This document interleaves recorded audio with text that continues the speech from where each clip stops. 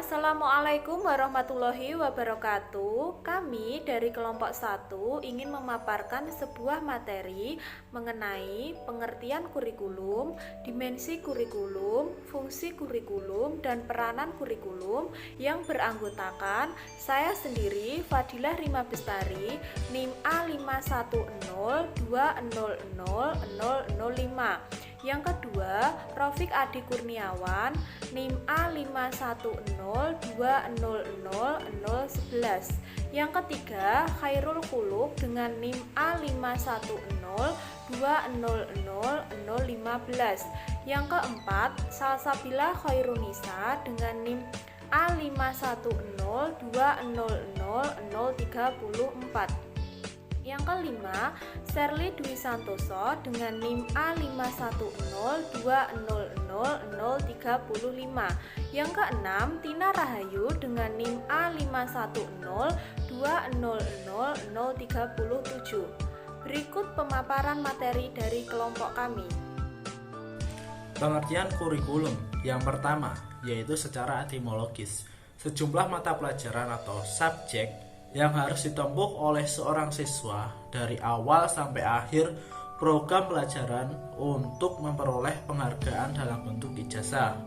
Dari pengertian tersebut, dalam kurikulum terkandung dua hal pokok, yaitu yang pertama, adanya mata pelajaran yang harus ditempuh oleh siswa, dan yang kedua, tujuan utamanya yaitu untuk memperoleh ijazah. Dan pengertian kurikulum yang kedua yaitu secara terminologi. Yang pertama, dalam pandangan tradisional, kurikulum adalah sejumlah mata pelajaran atau bidang studi yang ditawarkan oleh suatu lembaga pendidikan. Dan yang kedua, dalam pandangan modern, kurikulum lebih dari sekedar rencana pelajaran. Menurut pendapat para ahli, menurut Hilda Tabas 1962, kurikulum menekan pada tujuan suatu statement, tujuan-tujuan khusus memilih dan mengorganisir suatu isi, implikasi dalam pola pembelajaran dan adanya evaluasi. Menurut Harof B. Alberti 1965, kurikulum sebagai semua kegiatan yang diberikan kepada siswa di bawah tanggung jawab sekolah. Menurut Beauchamp 1968, kurikulum adalah dokumen tertulis yang mengandung isi mata pembelajaran yang diajar kepada peserta didik melalui berbagai mata pelajaran, pilihan, disiplin ilmu, rumusan masalah dalam kehidupan sehari-hari. Menurut Inlaw 1966, kurikulum adalah usaha menyeluruh yang dirancang oleh pihak sekolah untuk membimbing murid memperoleh hasil pembelajaran yang sudah ditentukan. Menurut Lee dan Evans 1967, kurikulum adalah semua pengalaman yang dirancang dan dikemukakan oleh pihak sekolah. Menurut Ker.I.F 1968, kurikulum adalah semua pelajaran yang dirancang dan dilakukan secara individu maupun secara kelompok, baik di sekolah maupun di luar sekolah. Selanjutnya, kurikulum menurut Nasution. Kurikulum menurut Nasution adalah suatu rencana yang disusun untuk melancarkan proses belajar mengajar di bawah bimbingan dan tanggung jawab sekolah atau lembaga pendidikan beserta staf pengajarnya. Kemudian pengertian kurikulum menurut Undang-Undang Nomor 20 Tahun 2003 tentang Sistem Pendidikan Nasional Pasal 1 Ayat 19 adalah kurikulum yaitu seperangkat rencana dan pengaturan mengenai tujuan, isi dan bahan pelajaran serta cara yang digunakan sebagai pedoman penyelenggaraan kegiatan pembelajaran untuk mencapai tujuan pendidikan tertentu. Lalu, menurut Suryo Broto, kurikulum adalah segala pengalaman pendidikan yang diberikan oleh sekolah kepada seluruh anak didiknya, baik dilakukan di dalam sekolah maupun di luar sekolah. Selanjutnya, kurikulum menurut Murray Print. Kurikulum menurut Murray Print dibagi menjadi 4. Yang pertama, kurikulum sebagai suatu program kegiatan yang terencana. Yang kedua, kurikulum sebagai hasil belajar yang diharapkan. Yang ketiga, kurikulum sebagai reproduksi kultural. Dan yang keempat, kurikulum sebagai kurar. Kurikulum sebagai suatu program kegiatan yang terencana yaitu berdasarkan pandangan komprehensif terhadap setiap kegiatan yang direncanakan untuk dialami seluruh siswa.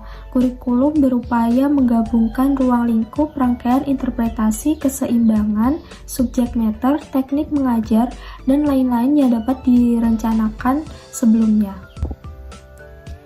Yang kedua, kurikulum sebagai hasil belajar yang diharapkan. Kajian ini menekankan perubahan cara pandang kurikulum dari kurikulum sebagai alat menjadi kurikulum sebagai tujuan atau akhir yang akan dicapai. Yang ketiga, kurikulum sebagai reproduksi kultural. Pengembangan kurikulum semacam ini dimaksudkan untuk meneruskan nilai-nilai kultural kepada generasi penerus melalui lembaga penerus.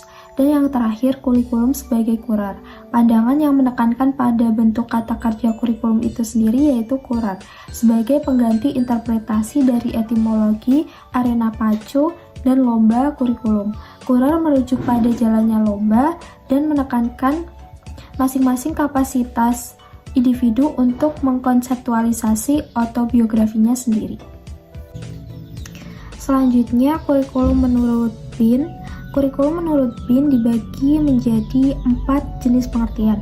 Yang pertama, kurikulum sebagai produk. Yang kedua, kurikulum sebagai program. Yang ketiga, kurikulum sebagai hasil belajar yang ingin dicapai oleh para siswa. Dan yang terakhir, kurikulum sebagai pengalaman belajar. Yang pertama, kurikulum sebagai produk merupakan hasil perencanaan, pengembangan, dan perekayasaan kurikulum. Yang kedua, kurikulum sebagai program secara esensial merupakan kurikulum yang berbentuk program-program pembelajaran secara real. Dan yang ketiga, kurikulum sebagai hasil belajar yang diinginkan siswa mendeskripsikan kurikulum sebagai pengetahuan, keterampilan, perilaku, sikap, dan berbagai bentuk pemahaman terhadap mata pelajaran. Dan yang terakhir, kurikulum sebagai pengalaman belajar menempatkan pengalaman belajar sebagai hal-hal yang penting dalam pembelajaran. Kemudian, kurikulum menurut Romin. Kurikulum menurut Romin merupakan kurikulum pemahaman sebagai pedoman pelaksanaan semua kegiatan pembelajaran, aktivitas-aktivitas dan pengalaman-pengalaman dengan siswa yang berlangsung di sekolah, baik dilakukan di kelas maupun di luar kelas. Dimensi kurikulum. Yang pertama, menurut R. Ibrahim tahun 2005, mengelompokkan kurikulum menjadi 3 dimensi, yaitu yang pertama, kurikulum sebagai substansi. Dimensi ini memandang kurikulum sebagai rencana kegiatan belajar bagi siswa di sekolah atau sebagai perangkat tujuan yang ingin dicapai. Suatu kurikulum dapat juga menunjuk pada suatu dokumen yang berisi rumusan tentang tujuan, bahan ajar, kegiatan belajar mengajar, jadwal, dan evaluasi. Yang kedua, kurikulum sebagai sistem. Dimensi ini memandang kurikulum sebagai bagian dari sistem persekolahan, sistem pendidikan, dan bahkan sistem masyarakat. Suatu sistem kurikulum mencakup struktur, personalia, dan prosedur kerja, bagaimana cara menyusun kurikulum, melaksanakan, mengevaluasi, dan menyempurnakannya. Hasil dari suatu sistem adalah tersusunnya kurikulum. Yang ketiga, kurikulum sebagai bidang studi, di mana dimensi ketiga ini memandang kurikulum sebagai bidang studi. Hal ini merupakan ahli kajian para ahli kurikulum dan ahli pendidikan dan pengajaran. Mereka yang mendalami bidang kurikulum mempelajari konsep-konsep dasar tentang kurikulum melalui studi kepustakaan dan kegiatan penelitian dan percobaan, sehingga menemukan hal-hal yang harus dapat memperkaya dan memperkuat bidang studi kurikulum. Lalu yang kedua, Dimensi kurikulum menurut Purwadi tahun 2003 memilah pengertian kurikulum menjadi 6 bagian, yaitu yang pertama kurikulum sebagai ide, yang kedua kurikulum formal berupa dokumen yang dijadikan sebagai pedoman dan panduan dalam melaksanakan kurikulum, yang ketiga kurikulum menurut persepsi pengajar, yang keempat kurikulum operasional yang dilaksanakan atau dioperasionalkan oleh pengajar di kelas. Lalu yang kelima, kurikulum experience, yakni kurikulum yang dialami oleh peserta didik. Yang keenam, kurikulum yang diperoleh dari penerapan kurikulum. Lalu yang ketiga, dimensi kurikulum menurut Hamid Hasan tahun 1988 mengemukakan bahwa konsep kurikulum memiliki 4 dimensi pengertian, di mana satu dimensi dengan dimensi lainnya saling berhubungan. Keempat dimensi tersebut yaitu yang pertama, kurikulum sebagai suatu ide yang dihasilkan melalui teori-teori dan penilaian, khususnya dalam bidang kurikulum dan pendidikan. Lalu yang kedua, kurikulum sebagai suatu rencana tertulis, sebagai perwujudan dari kurikulum sebagai suatu ide yang di dalamnya memuat tentang tujuan, bahan, kegiatan, alat-alat, dan waktu. Yang ketiga, kurikulum sebagai suatu kegiatan yang merupakan pelaksanaan dari kurikulum sebagai suatu rencana tertulis dalam bentuk praktek pembelajaran. Yang keempat, kurikulum sebagai suatu hasil yang merupakan konsekuensi dari kurikulum sebagai suatu kegiatan dalam bentuk ketercapaian tujuan kurikulum, yakni tercapainya perubahan perilaku atau kemampuan tertentu dari para peserta didik. Selanjutnya, bila kita merujuk pada dimensi pengertian yang terakhir, maka dapat dengan mudah mengungkap keempat dimensi kurikulum tersebut dikaitkan dengan pengertian kurikulum. Yang pertama, pengertian kurikulum dihubungkan dengan dimensi ide, mengandung makna bahwa kurikulum itu adalah sekumpulan ide yang akan dijadikan pedoman dalam pengembangan kurikulum selanjutnya. Yang kedua, pengertian kurikulum dikaitkan dengan dimensi rencana. Makna dari dimensi kurikulum ini adalah sebagai seperangkat rencana dan cara mengadministrasikan tujuan, isi, dan bahan pelajaran, serta cara yang digunakan sebagai pedoman penyelenggaraan kegiatan pembelajaran untuk mencapai tujuan pendidikan tertentu. Lalu yang ketiga, pengertian kurikulum dikaitkan dengan dimensi aktivitas. Pengertian kurikulum sebagai dimensi aktivitas memandang kurikulum merupakan segala aktivitas dari guru dan siswa dalam proses pembelajaran di sekolah. Lalu yang keempat, pengertian kurikulum dikaitkan dengan dimensi hasil.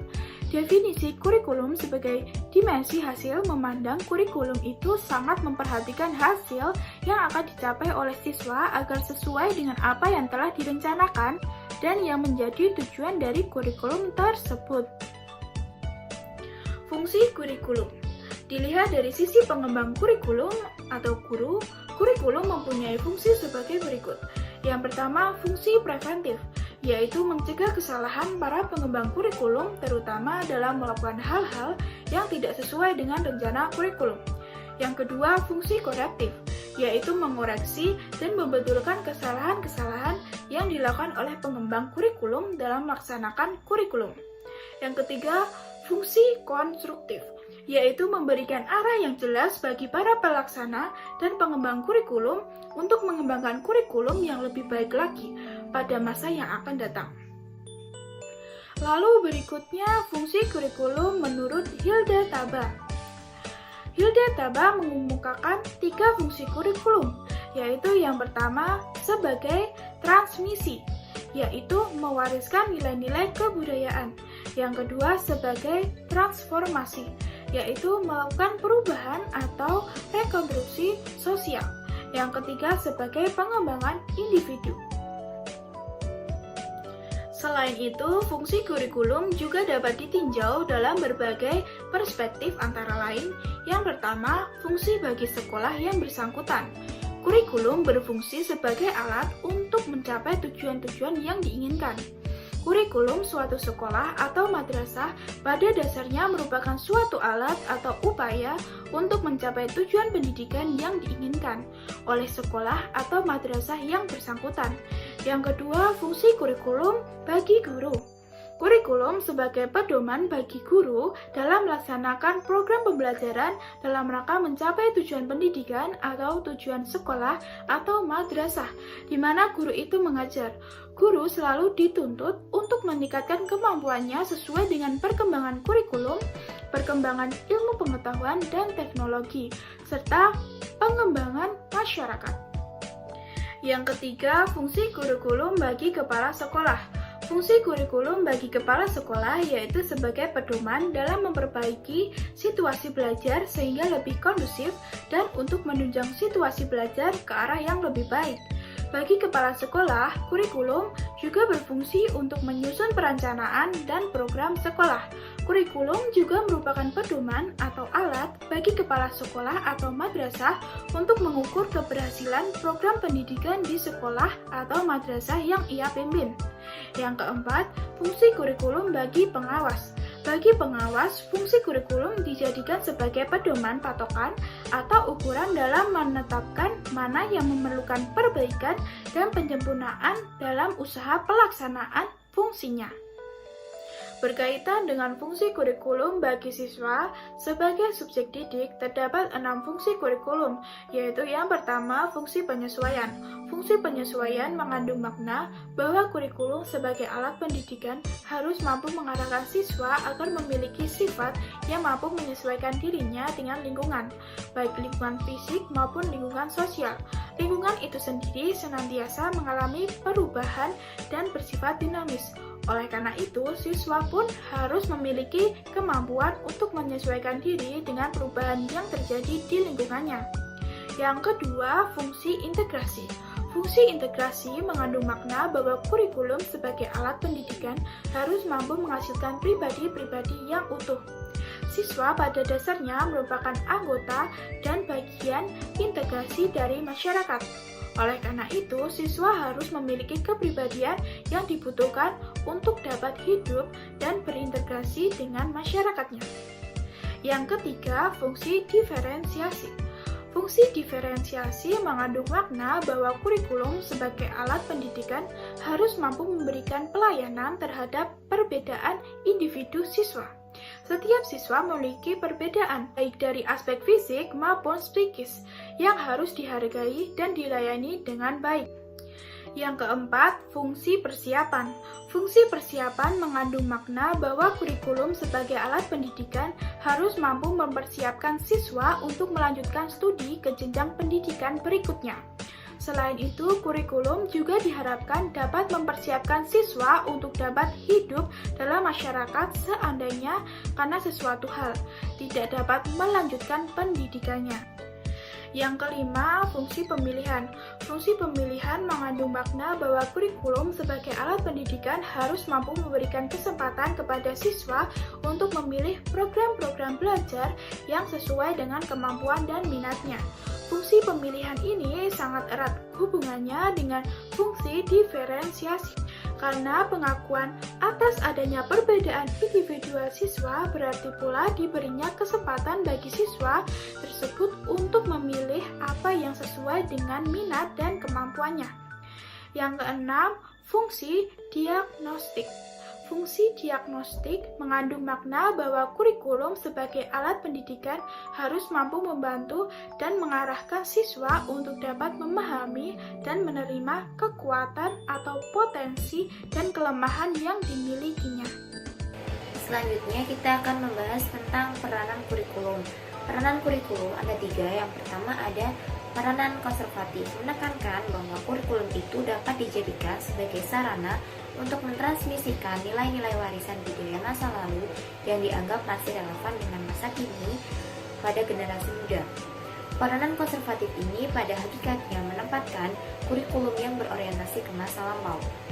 Yang kedua yaitu tentang peranan kreatif, menekankan bahwa kurikulum harus mampu mengembangkan sesuatu yang baru sesuai dengan kebutuhan-kebutuhan masyarakat pada masa sekarang dan masa yang akan datang.